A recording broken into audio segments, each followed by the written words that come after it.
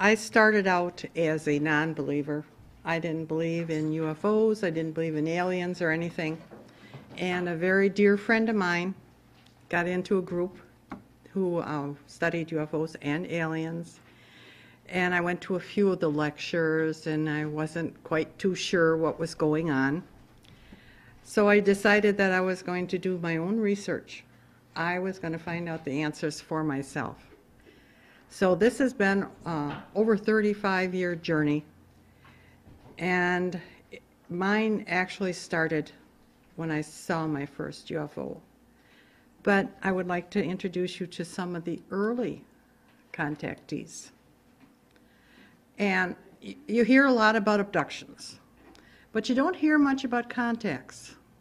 And the contactee is never taken against their will, never are you experimented on, and the aliens care about your feelings. In other words, if you're upset and you don't like, and you're scared, they will back away, or you can refuse to go with them. And because they follow the law of non-interference, and they never do any harm. But the abduction cases, no matter how frightened you are, they do take you against your will. They experiment. They do a lot of probing and checking you out, and they don't seem to care how you feel. If you're crying and you're asking them to stop, they won't do that. They don't care as long as they get what they want. They have no care about what you're feeling. But many of the early cases in the 1940s and 1950s were all contact cases. Well, there we go. George Adamski, he is probably the best known contactee in the United States. And I studied with the George Adamski group for quite a few years. He came from a relatively poor family. He didn't have much schooling, although they did have a lot of Bible study in their group. And he had his contacts, and he wrote a lot of material. He wrote The Science of Life, and he wrote 3 booklets on telepathy, which the aliens tried to teach him. And he went across the United States with jobs and everything, but he did settle in California, where he first got his pictures of UFOs. And many of the people thought they were faked because they were so good. And by the way, he only talked about the blonde-haired, blue-eyed, beautiful, humanoid-looking aliens. And this is a picture of George Adamski with Orthon, which he met with in the desert. And he's from Venus. And he's been on many, many ships. They've taken him to the moon. They took him to Venus, where he got to see what Venus was like. And about these cases is that many people were involved. They were not alone. They saw these aliens face to face. There was many people with them. The woman that was with George Adamski when he met Orthon was an artist, and she drew this picture of him. They also got footprints that went on. And this is Daniel Fry, and his contacts began in the 50s. And his first contact was with an unmanned craft, and he went from where they picked him up to New York in a matter of short period of time. And they discussed many things with him, atomic energy, which they felt was being used wrong with atomic weapons. And they asked him to please step forward and talk to the people about what they had shared with him. And this is Howard Menninger, and they also explained how Earth was going in the wrong direction, especially with atomic energy. And this was in the 40s, and they talked to him about Hiroshima and the Holocaust and what was happening and how wrong that was, that you should be kind and compassionate to the beings on the planet. And this is Dino Caspiano. He had his first contact in November 1954. He was not a Christian at the time, and because of the messages that they gave him, he became a Christian. And he actually had 4 contacts, which were face-to-face, and there was other people with him at the time. And now, this is a friendship case. Now, I just heard about this year, and I find it very startling that this happened in the 50s. And luckily, 2 of the people are still alive, and they've started to talk now about the case. And these are very human-looking aliens. They did not use names as we use names, so they said, you know, just give us a name, because we know that Earthlings need a name so that they know who you are talking about. And they were called the W-56, and they had underground bases. They had underground water bases, and they were also talking to people in Germany, Switzerland, and these cases went on for quite a while. And they asked that these people please be kind to each other and stick together, because they needed to be together in order to have more faith in what they were doing. And this is the first encounter that took place between Bruno and the aliens, and it was in 1956. And the tall alien is the captain of the group.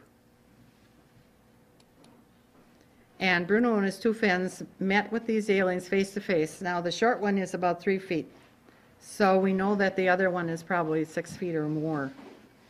And they enjoyed talking to the humans. As a matter of fact, they asked them many times to get fruit for them and some metal that wasn't well known. And they did that, and they would take the stuff in a truck, put it out in the deserted area. They'd leave the truck alone, and they'd come back in an hour, and it would be everything would be gone. And they asked, how did you unload that truck in less than an hour? And they said, well, we just used teleportation. So this was in the 50s. So, it's really interesting, because they were asked to choose a place to go, and they would come and take pictures, video, and just plain pictures of UFOs. And they took hundreds of them. They also had video that they took, and audio. And what they did is they took 2 radios and sat them side by side. They tuned them both into the same channel. One would stay on the channel that was there, and the other one, the aliens would speak through it. And this also happened on television, so no one seemed to know how they did this. And then things began to change. The Greys started showing up on the planet, and they started abducting people, and the reptilians, who seemed to enjoy making people very upset and nervous, and they seemed to feed off from the energy that the people were feeling. And I don't know exactly when it changed, but I know all of a sudden there was books out in the public about aliens that encounter and taking people against their will and doing terrible things to them. As a matter of fact, I have this coupon here, and I think it's very cute. It's just about something you'd expect from a lawyer. So then we started getting messages from people in Wisconsin who wanted to talk about what was happening. And there was this 10-year-old boy, central part of Wisconsin, and he claimed that the aliens were coming to visit him at night. Now, this boy didn't watch any sci-fi movies, anything like that. He didn't read any books about it, so he didn't know anything about the topic. And this is a tree outside the boy's bedroom window. He was on the 2nd floor. And the aliens would come up through the tree and come through his window and take him on their ship. And this happened many times. And this is another type of alien that the boy drew. It's more of a reptilian-looking type. And this is the ship. Now you can imagine 10-year-old boy. I don't think they had a palm tree on the UFO, but he was only 10 years old. And this is how he drew it without anyone questioning him or anything. And he was taken where he was asked to play and interact with other children. And he said these children were different. They didn't have much hair. They looked more alien. And he felt that they wanted him to intermingle with the human children because they were half human and half alien, and they needed that interaction to survive. And this is another alien that the boy drew. So he met with quite a few different ones. And this is another type of alien seen by the boy, and if you notice the object on his chest, he didn't know what it was, but I find it very interesting that it is connected to his shoulders. So this is a alien that looks kind of bird-like, and it's very similar to what some of the aliens that I've had contact and interacted with over the years. As a matter of fact, if you go out by my books, you'll see one that kind of looks like Big Bird, but he's blue and he is down on his instead of feathers. And the actual height of him, that is his height. He's very, very tall. And this is an object. I don't know if you can see in the bottom one. It still has earwax on it. This was found by the boy's grandmother in his ear. She was over there and he was kind of fussing with his ear. She looked at it and she took it out and she didn't know what it was, so she brought it to us. And it's not necessarily the object that I found so interesting. It's the story that the boy told. He said, "You know, Grandma, in the middle of the night, these little beings come. They're kind of gray colored. And they have these funny looking eyes. And they come in the middle of the night in the house. And they invite me to go with them across the street and play in the playground." And this has happened many times. And that's what I find interesting, that this boy would come up with this story. And I have to believe it because he was maybe 5 years at the time. So we asked about the toys. Could it be something from the toys? And he was actually the oldest one in the family, so all the toys were age related, and they didn't have anything with small pieces in it. And everything is abductions, abductions, abductions. Well, I want you to know that contact is still happening. And it's not all negative. No matter how many times they tell you that, oh, you're dreaming, you just think you're having contact, you have a screen memory. I have met too many people who have had contact and nothing wrong has happened to them. These are spiritual beings. They talk more about spiritual things. Many of them talk about God, and they are here and they are watching us. And coming from a galaxy not so far away, peaceful spiritual aliens who want to help the planet Earth. That's why they are here. They are here because the negative aliens are here. And they are here watching to make sure that they do not get the planet and they do not take our souls, because that's what they want. And these aliens will do anything to stop it because they want the souls. In 1976, 4th of July weekend, I went camping with my husband and children, my girlfriend and her children, another friend and their kids. And I live in Neenah, Wisconsin, and we went to Huckleberry Campground. And while we were there, we decided, let's go to a UFO meeting. You know, we need to get away from all these kids. There was like 13 kids in the 3 families. So we decided we're going to go to a UFO meeting and, you know, just get away from everything. So I left my husband and the other girlfriend taking care of all these kids. And I think the oldest one was 17 at the time, and they all went down to in diapers. So we went to the UFO meeting in Appleton, and everything went fine. About 10 o'clock, the meeting broke up, and we started to drive back to the campground. I was driving. For some reason or another, I turned down the back road into the campground. It's at the time, it was quite deserted. And I remember seeing the Bean City sign, which was nothing more than a tavern and 2 houses at the time. And all of a sudden, this UFO came down and hovered over the road. Now, I had been into this about 2 years when it happened, and so I was really, really surprised. But and I got out of the car and I stood behind the door, just looking. And an alien came down the ladder. It wasn't down the road, but he came down the ladder, and he goes, and I go, I don't think so. Because then I started thinking, you know, if I go, will I come back? You know, what's going to happen in my family and that type of thing. And he went like this. And he started to leave, and I'm thinking to myself, you know what? This may be your only opportunity to see what really is on board a ship. And as soon as I said that in my head, all of a sudden I was on board the ship. And what amazed me is it looked much bigger inside.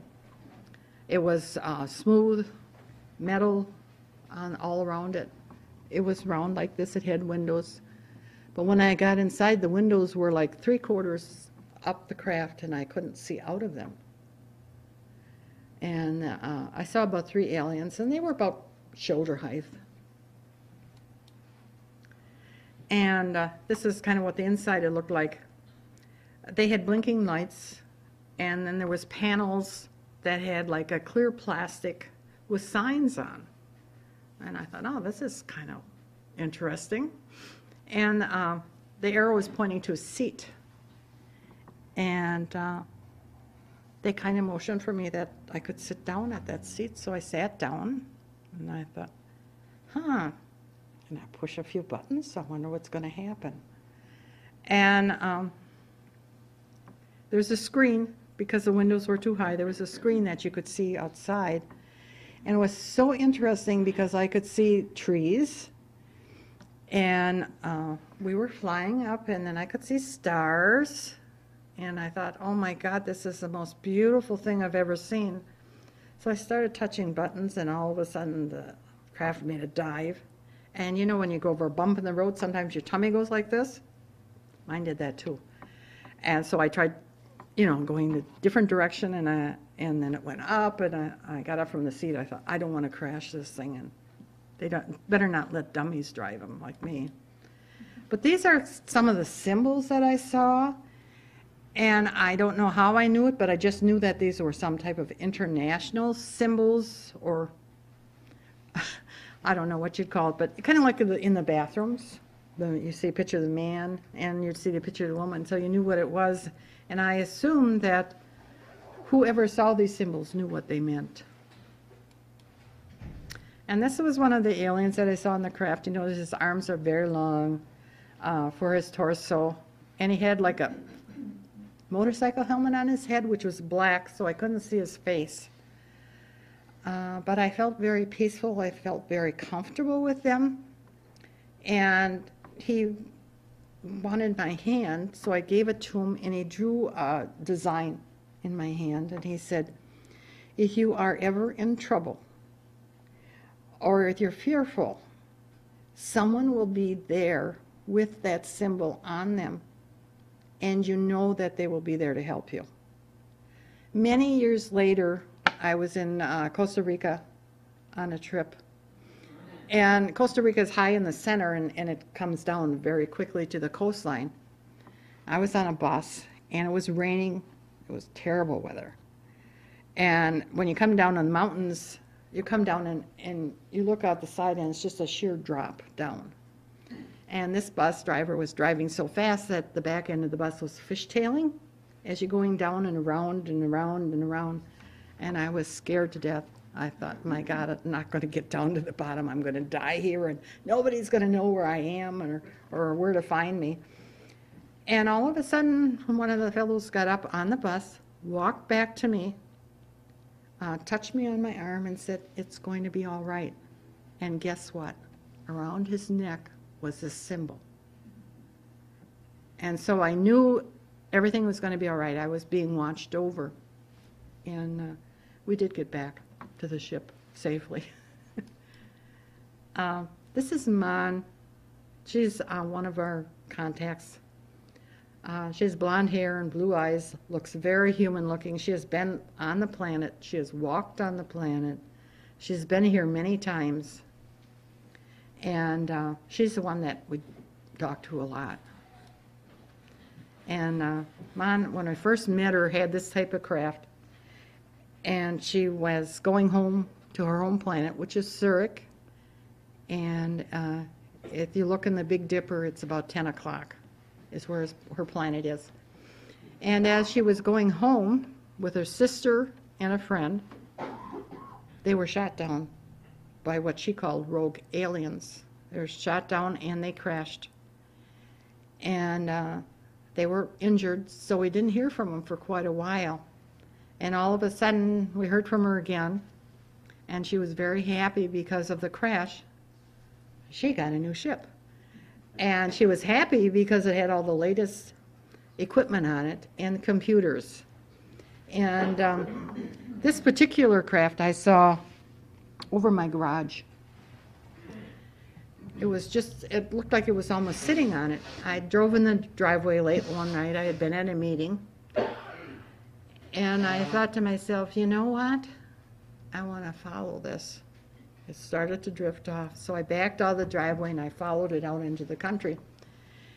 And the next city over has an airport. So they have these towers leading to the airport for the planes to follow. And it came to these towers and I thought, my God, is she going to try to go through there? Because it wasn't wide enough for the craft. The craft was too big.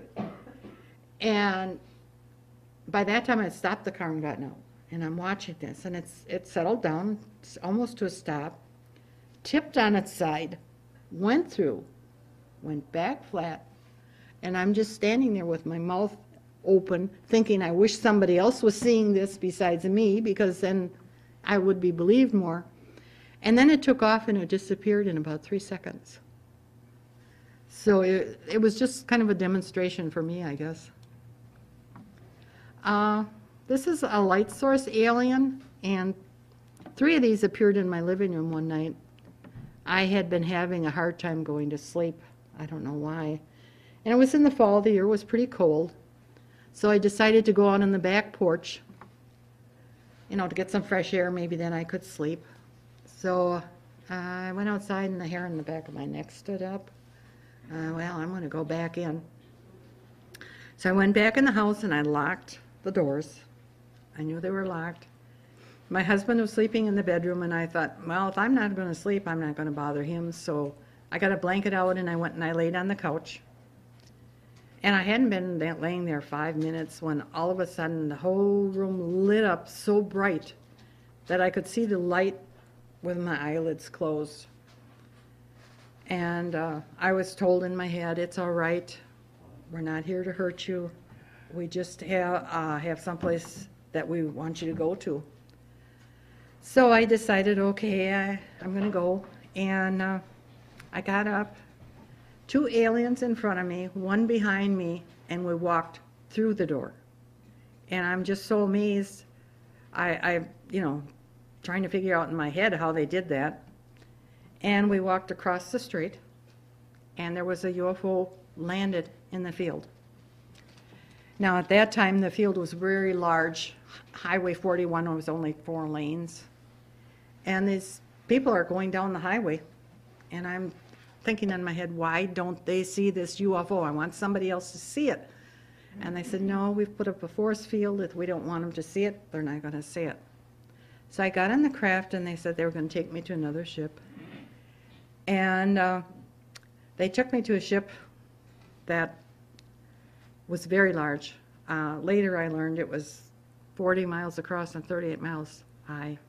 And it's 250 miles outside of our atmosphere, and it's been here for, over 70 years. They had something to show me and teach me. And when I got there, we went to the bottom of the ship, which was a docking area, and I kind of related to when they dock boats. The bigger ones were at the bottom, and the smaller ones went up to the top. We were a small craft, so we docked up at the top. We got out. We walked up to this doorway, and there was somebody sitting there at a desk, and he was checking everyone that was coming in. And to my surprise, they just kind of, go through. So we went through without being checked. And when I got inside the ship, I was so amazed because it was so bright. No lights. I'm looking for light fixtures. Where is this light coming from? And it just was not coming from any place. It seemed to emanate from the walls themselves.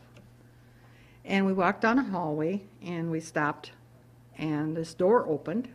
It just slid by, and it was a lift. So we went in there, and we went up on this lift, got out, went down a short hallway to another room, and we waited there for a while, and they said, okay, now you go into the next room, and you're going to meet the being here that you're meant to meet. And this is, we call him Eric. He's the captain of the ship, and it's called the Peace Ship. We call it the Ship of Peace. And I met him, and I'm looking him up and down. He's so tall. That's a little intimidating the way it is. But he only had 4 fingers, and there was talons at the end of the fingers. And you can see that, he's pretty slender, not like Big Bird and, like that. But his feet were round. And he didn't have feathers. It was more like a down. It felt like a down on him. I learned later that he very rarely used clothes. He only wore clothes when he was off the ship and on another planet where germs or bacteria could affect him, or he could affect that area. And the ship is so big that they have people movers. I mean, you can't get across this unless you have some type of transportation. And this is one of the people movers. And it's really fun to get in these. But when I went in the next room, it was a meeting room. And there I met 16 different types of aliens. And I was told that this is why you're here. You have got to learn that there's more than just certain types of aliens. And they explained that all species, there's good and there's not so good, because we all have free will. And that we shouldn't judge everyone just by certain, people act. But they were milling around at the 4 different tables, and I got to go over and kind of listen into all their conversations. One table was talking about evacuations and how they would handle them. Another one was talking about they were gathering plants and animals in case they need to be repopulated, and I'm thinking, what in the world are they talking about?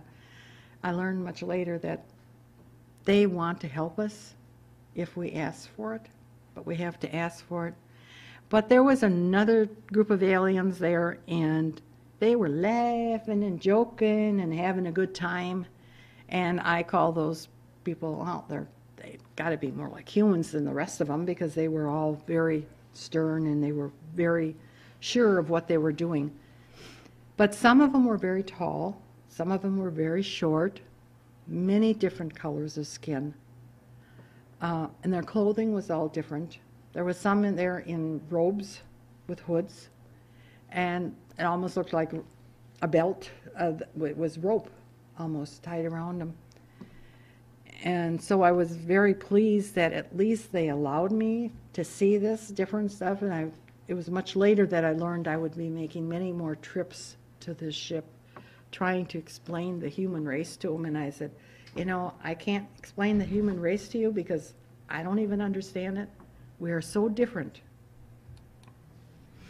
At this meeting, they offered me this drink. And I have to say that it was kind of like Jell-O. Just before it sets up, it was very thick. And I had the glass, and I kind of roll it and roll up to the rim, and I just kind of roll it around. And it was so amazing to me that something that thick, you know, people drank. But I did drink it. I can say it, I didn't really taste anything that I could relate it to. But it was very easy to drink. I thought being that thick it would be hard to drink, but it wasn't. And many had something on their heads which generates an atmosphere, because many different species come to this planet, and they need different air, and some of them didn't even breathe air, and they needed that for their survival while they were there. So it was very interesting. After I had seen this, I saw a rerun of the Star Trek, and they had some aliens with almost the same type of thing on. And this ship is a meeting ship. Anyone is welcome there to come and discuss anything they want to about what's going on in the universes, more than one. And they have sleeping quarters on board the ship that they can put people up, and for their crew. And the crew has 6 months on and 3 months off, so they can go back to their planet that they, you know, if they're homesick. And they have many different types of meeting rooms, many different sizes. And this is another one. This is a very large room. And I got to attend some of the meetings. Why they have tables with mechanisms to hear what's going on is not all species talk with telepathy. And I thought that was very interesting. I guess they're closer to humans than anything else. This was an alien I saw on the P ship. This is the closest I've ever seen anything to a gray. I have never remember seeing grays.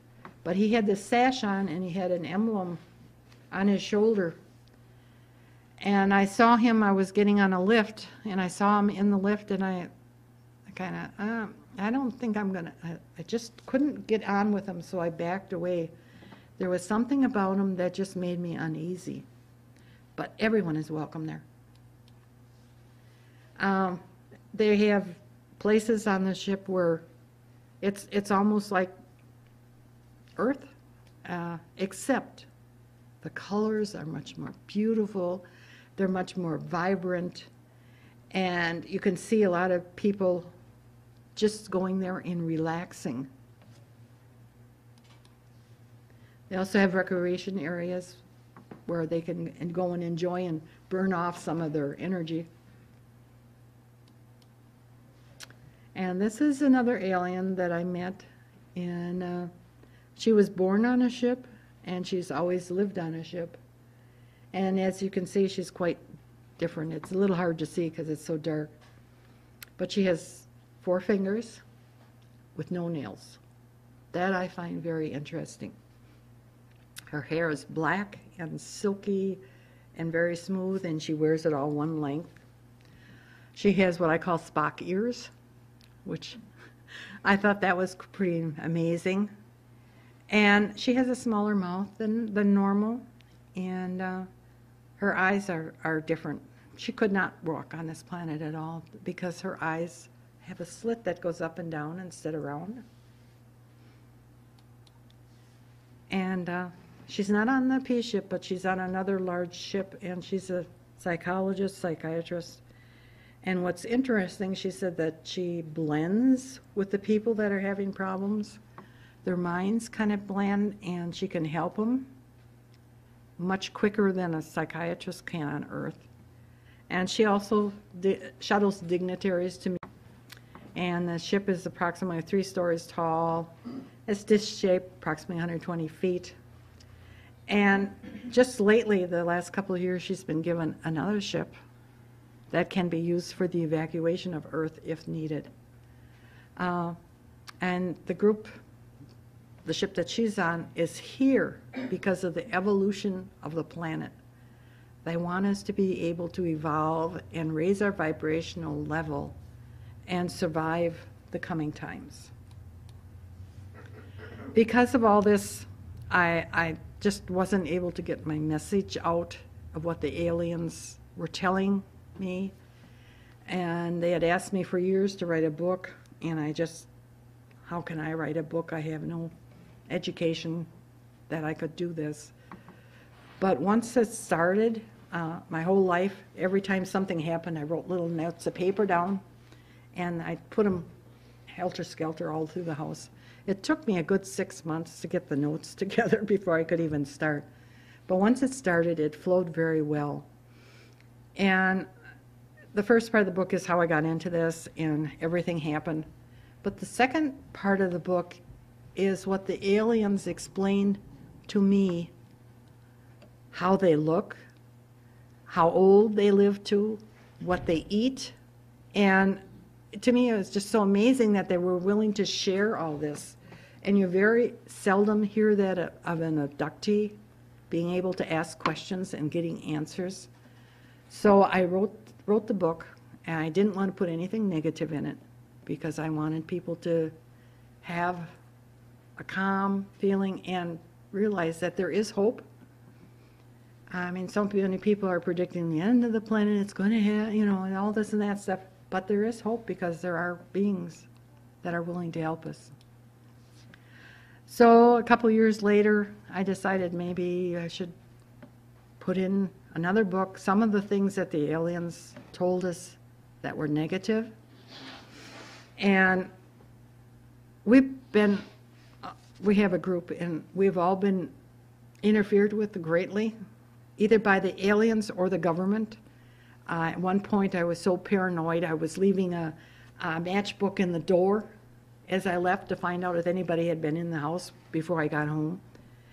And my house was gone through many times and searched, and a shirt was left in a large, and there's nobody in my house it's a man shirt. Nobody in my house wore a large since probably 8th grade.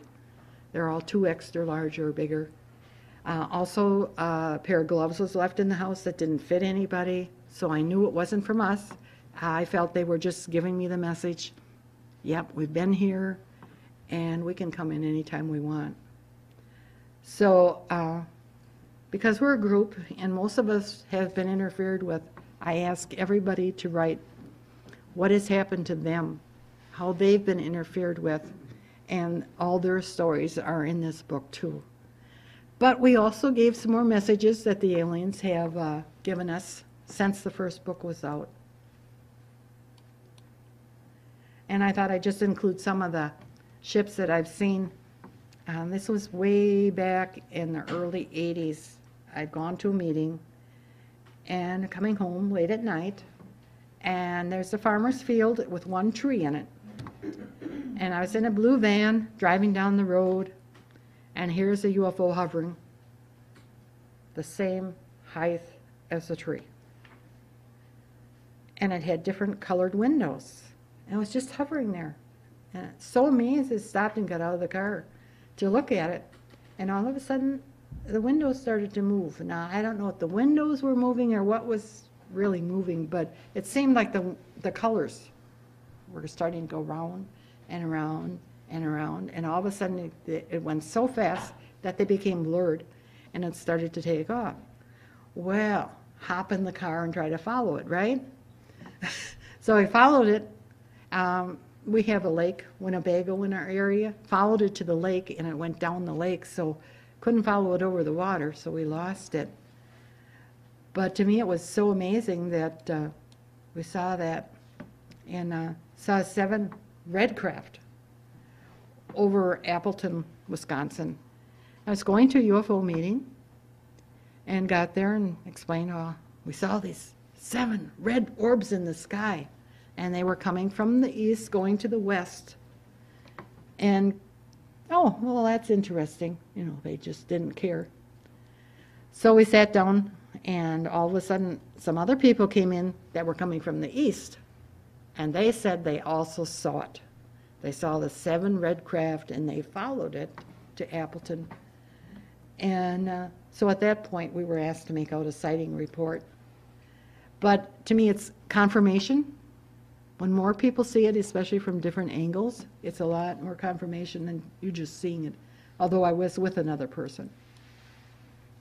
And Russ, the cameraman, and I were heading home late at one night. And it was a country road again, of course. And it was a quite narrow road, and it had the ditch going down, and it came up the other side, and there was the fence and the trees. And we're just talking back and forth, and all of a sudden this blue light came from the back. It was window height, and we were in a van. It was window height. It came coming along, and it kept going straight ahead.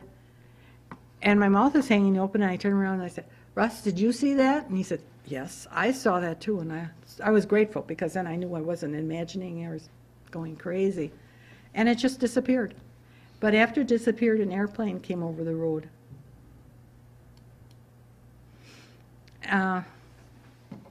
Through the years, we have tried to figure out how people can stop an alien abduction. And we ask a lot of people what happened, you know, what they did or didn't do. So we made a booklet up on how to stop an abduction. And we do have it on our website. If you want to go there, I'll tell you where to go in a little while. And some of the people we knew, and we had talked to them about, you know, what to do if you're in a situation where you don't want to be in, what you can do to make the aliens go away.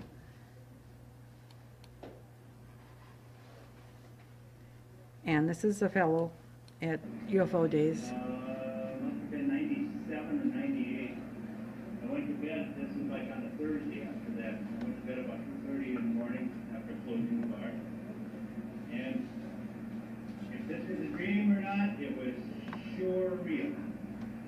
Because I was in this room and it had no corners. It was round, no corners at all, and it was white. And it was like a bed that they have at the doctor's office, where they hold the feet up and you lay on there. And that's what I was sitting. I don't recall seeing anybody there.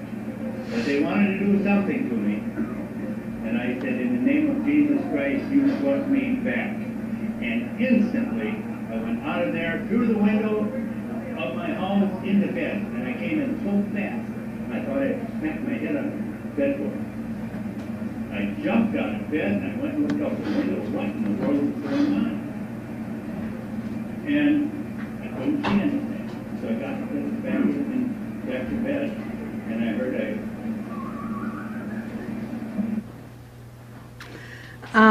Also, a woman talked to me quite a few years ago, and she said that aliens came into her house, and she was very upset with them. She thought that they were going to take her against her will, and she said to the aliens, you go back to your boss, and you tell him that I refuse to go, and they left and never came back. So maybe there's something to the story. This is another story of a woman. She's had a few experiences, and they were the typical gray aliens in her home. I really never talked about what was happening to me or my family. And Sandy asked me to come up here because even though it was really, really scary, my belief in God protected us. I truly believe that. My first experience, I guess, happened about 13 years ago. And I'm a single mother with 2 children. At the time, my daughter was 4 and my son was 2. And I went to bed one night, it was about 11 o'clock, and the kids were asleep. And all of a sudden, I had this unbelievable negative feeling that there was a negative presence that actually, it overwhelmed me. It scared me so much that I tried to move and I couldn't move. I immediately just started praying to God, please let me move, let me get my body out of this bed. And I did. I forced myself to get up and go across the hall, and I saw my daughter. God, this is, I don't really talk about this a whole lot because it was just very traumatic for me. But there was a light shining down upon her, and all around her were these things, aliens, whatever. Actually, I had never seen one or had the research that everyone else has done. These were things in my daughter's room, and they were evil.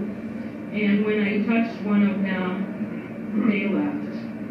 Next thing I remember is in my bed, and I jumped out of bed and I ran to check my children, and they were fine. The next day, I called Sandy because this is on a different level. It's not something that I could come up to and say, you're not coming in my house anymore. The only way that you can fight these people is through your relationship with God, with Jesus, whomever you believe in, praying and being solid in your belief. We also blessed my house. Went around, blessed my house, and for very, very many years, I didn't have any more. They stayed out of my home, they stayed out of our lives. Unfortunately, a couple of months ago, my daughter is now 18. She came to me one morning and said, Mom, I don't want to sleep in my bedroom anymore. And I said, well, what happened? And she said, there's something in there. There was a presence in my room. And that's all she told me to begin with. And I was like, okay. And she's like, Mom, it's evil. And I said, fine, let's get a crucifix, we'll put it in your room. And I have a huge one that has a light on it. And I put a candle in there, and it burned all night long, which was kind of amazing to me because it was a 6-hour candle, and 12 hours later it was still lit. I believe God was watching over her that night. So the next night she would go to bed, light her candle, everything was fine. Did I believe that she had actually seen something? It didn't matter. She believed it, whether I saw it or not. She is very spiritual. She prayed. She felt good. So a couple of weeks later, she was gone, and I was home alone in my home, and it was about 7 o'clock at night, and I'm on my computer working. And all of a sudden I see this thing walking through my house. And I haven't read your book, Heidi, but what you're saying sounds very much. She's talking about a shadow. I did sit down with my daughter and asked her to really tell me what all happened after I saw this thing in my home. By the way, as soon as I saw it, I began to pray. And they didn't leave. I thought they would, but they didn't. So when I talked to my daughter, she told me that it started with a dream that she had. It was a Friday night, she said. She dreamt that she came home to our home. She has her own car, pulled in, came into the house, and she saw something go down the hallway. She was afraid, so she said, in my dream, I went back out in the car. And she said, I didn't want to go in the house anymore. She said she woke up the next morning and thought, boy, that was just a really strange dream. The next night she had the same dream. This time when she woke up, she saw a shadow figure in her corner of her bedroom. She closed her eyes. She said, Mom, when I opened them up, it moved closer and it was closer to my bed. This time, I closed my eyes, started praying to God, and reached over and grabbed my cell phone and opened up the cell phone so there was light. And when she opened her eyes again, it was gone. But she said she felt a bubble of light of God protecting her. So, again, after she told me what really had happened and I had seen it, we blessed our home again. We haven't seen anything for about a month now, which is good. I feel them on the outside of my house, but I feel my house is protected right now. So if any of you have any experiences like this and you're like me and you're just trying to live your normal life and this weird stuff comes in every once in a while, I believe that through prayer, God helps and God protects. Thank you.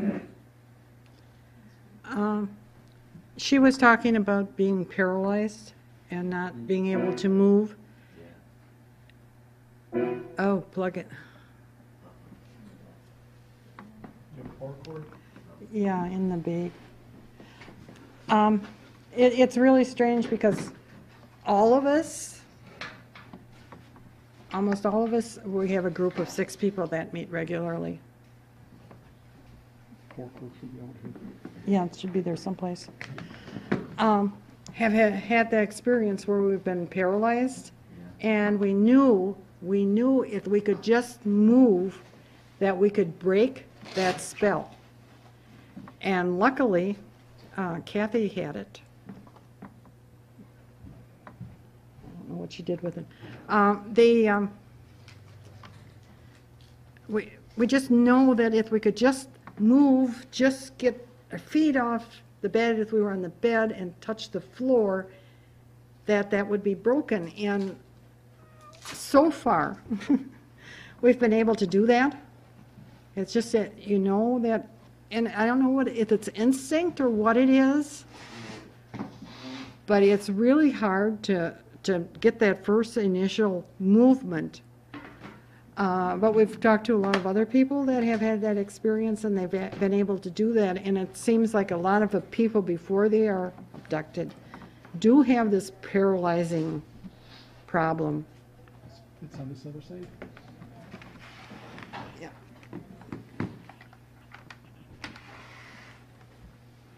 Okay. Always problems with computers. So, but through the years, between the government interfering with our lives and the aliens, we have learned to try to keep a positive face, and that we are then able to break this cycle. Should I wait for you, Russell? Yeah. Okay. So, I know she's talking about God and everything, but it seems to work. It seems to work. Now, in the group, we have all different types of religions, and I was raised without a religion. And we're not necessarily talking religion, we're talking spirituality. And that is the thing that we all need. And we all need to hone our instincts so that we know when something is not right. Yeah. Well, Yep. I just want to ask a quick question. Now, you guys as contactees who've had these wonderful experiences, do you also get, you guys, an occasional abduction experience for you guys? It's been tried. It has been tried, but it hasn't worked because of the things that we've used to counteract it. Okay. So it's very hard to keep a positive face all the time. And they seem to bother you when you're down low or you've had a rough day or anything like that. So, yeah. I've had some people in some groups that were aware of her ask about, how they feel like they're being attacked. And even one of our people that channels masters, and he's under attack. He thinks that they're trying to stop him from spreading messages and this kind of thing. But yet I think that because he has addictions, like smoking and drinking, that actually lowers your vibration to the point where they can infiltrate. Yes, it does. The aliens told us that drinking, smoking, doing drugs is the worst thing you can do for spirituality. It blocks something in your brain and in your soul that lets the negativity come in. So I've given up smoking and drinking. The only thing I have been able to give up is eating. Sorry.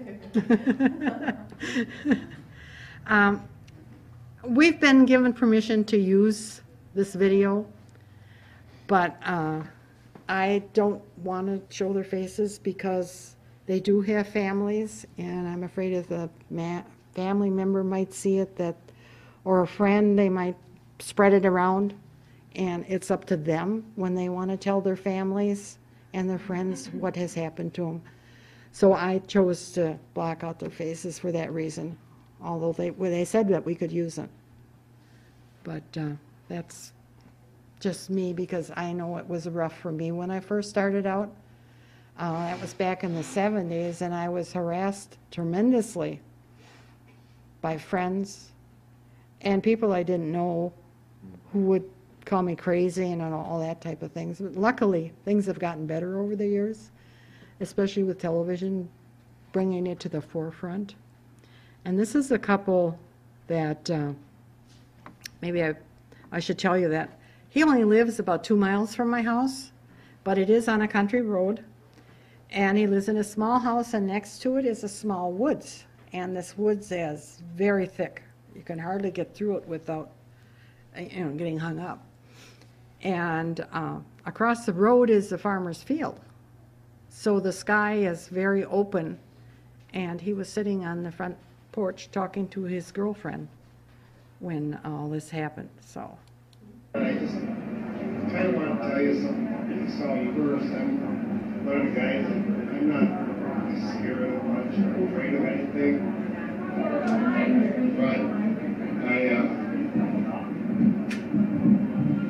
didn't really. I don't have much fear in me to try anything. And I'm not scared of anything. Well, anyway.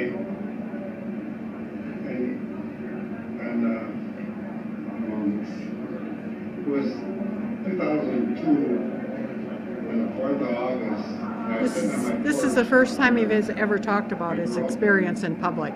And all of a sudden, well, first of all, I noticed there were no stars. I noticed that. I said, because it's odd, there's no stars out.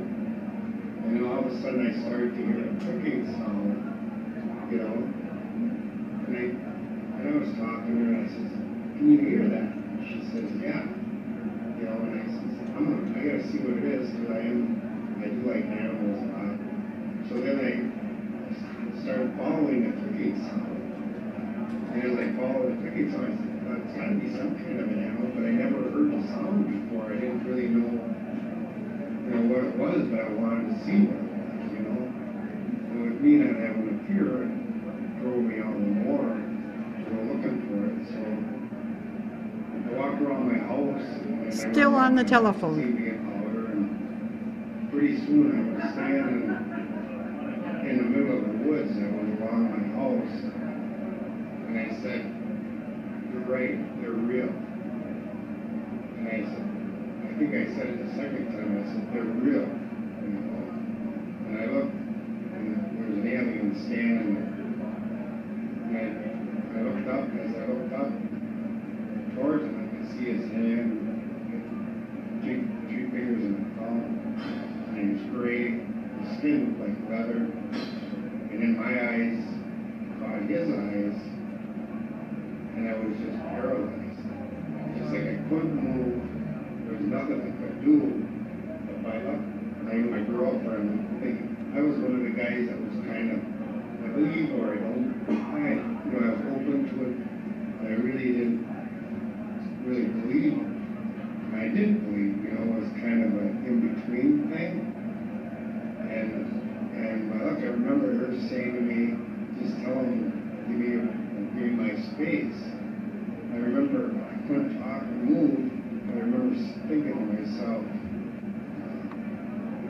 give me my space, and nothing was happening. But in the meantime, I could see something behind me.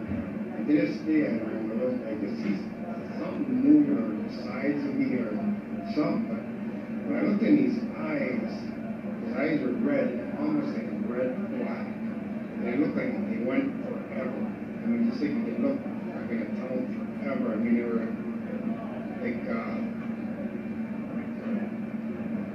it was a real hard, I mean, like, it was terrible. Anyway, so at that point, I thought, man, I'm dead. You know, I can't move. I have no way of fighting back. So I did what my child taught me to do, and I started to say the Lord's Prayer. And the minute I started saying the Lord's Prayer, I could move. And believe me, I turned and I took off. I never looked back. The branches were hitting me in the face. I just booked it into my house, you know.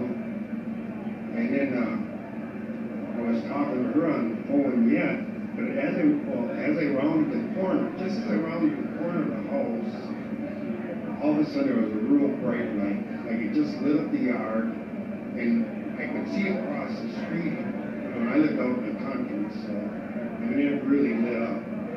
But it was only for like a split second. I looked up, and there were stars, you know. He also explains more. We have the full thing on not the video, but we took and put it all in writing, everything that he had to say, and that's on our website. So if you want to go and see and read that, that's fine. But he also said that the clicking noise that he heard was the same that was in the movie where the reptilians came to Earth, and it was about the same time. And he said also that later he noticed he had 1/8 inch slices on his hand, and they were in a perfect square. There was 4 of them. He also said that later he and his girlfriend were at the house, and they decided to leave because she didn't want to stay there anymore because she was afraid something was going to happen. And they left, and he forgot his medication. So they went back to the house, and they noticed the answering machine was blinking. Turned on the answering machine, and the clicks that he heard when it was all happening was on the answering machine. And he said it frightened me so much I just erased it. And he says, I wish I wouldn't have done that, but it was such a reaction, just erase it. And it scared him so much that he didn't speak about it for a couple of years until afterwards. And he decided that it was time to step forward and let people know what had happened. And I'm very grateful that, you know, these people finally stood up and said their story. And we always hear the negative things that happen to people. And we decided that our object is going to say that, yes, that does happen, but there are also positive aliens that are here, and there are positive things that are happening. So that's what our mission has been. We call ourselves the light side because we want to bring light to the planet. We want to bring hope to the planet. And that's our website.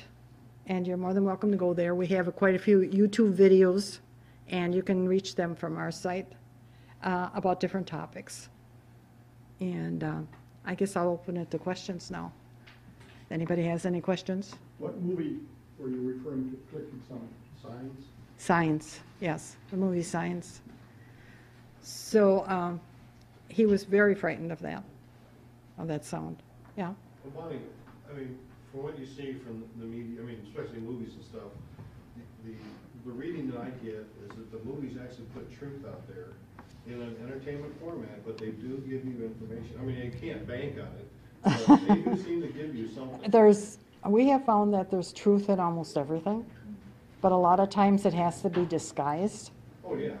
And, I love some of the TV shows that they come out with because a lot of it is in there that has happened to so many people. And a lot of times they put it all together in one experience. Because I've had that happen to me where I've been interviewed and I was talking about different contacts and they wanted to put it all in one and that would make it horrific. And I said, no, you can't do that. Well, you agreed to the interview. And I said, yes, I agreed to the interview. But I also said, if you look, there's a stipulation in there is I don't like it, it can't be printed. So sometimes you have to be very forward with people that are interviewing you and say, if I don't agree with how you put this together, it's not going to fly. So I learned that a long time ago. But there's quite a few of us, and we've all had the experience. We've all seen each other on the ship. We have seen a lot of earthings on the ship, but I don't talk about it unless people come up to me and say that I know I've been there. Could you describe to us how you were able to detect a human person walking that may be an alien? In other words, they have all the human features? Features, yeah. It's pretty hard, but we all vibrate. We all send out vibes into the world. A lot of times, have you ever met someone and just the hair kind of on the back of your neck says, I don't think I want to have anything to do with this person? And then the other times when you meet someone and you want to put your arms around and say, man, it's been a long time since I've seen you.